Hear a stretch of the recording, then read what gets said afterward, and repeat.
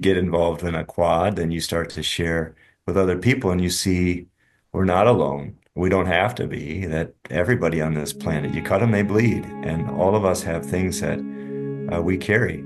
And we don't exactly know how to sort them out. But when we see how God works in other lives, we begin to suspect he must be working in mine too. And that makes us feel hopeful. And, so then like the grip of our life, we start to relax and we start to open. And in that openness, then God, he speaks to us. And then we can speak to others about him. The whole world is starving, the whole world is restless. And the answer is, it was always in our Lord, and he came to set us free. But sometimes we don't want to admit that we're not free,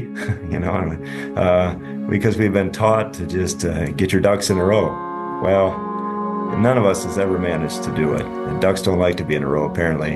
And, you can no sooner get them in and then they do their. So spiritually, we may as well just let God into our mess, let him love us as we are. And I always think, if you had to summarize, it's like, Jesus, you make me want to be a better person. And it starts with him. He loves Zacchaeus. He saw his good. He doesn't see our sinfulness. He knows it. He came to heal and forgive and to atone for that. But what he sees his image and likeness in us. I mean, it's there.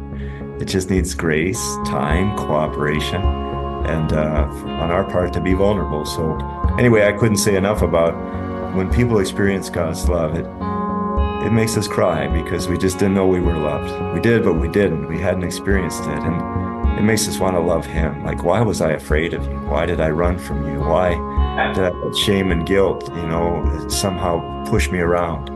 So it's the beginning of freedom. It's a powerful thing. The devil doesn't want that, but God does. And we know who wins. It's already over. And so that's the final chapter has been written.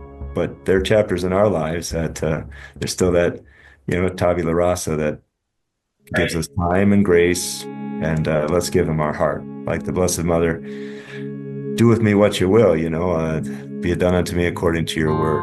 And so it was. And the word became flesh and dwelt among us. So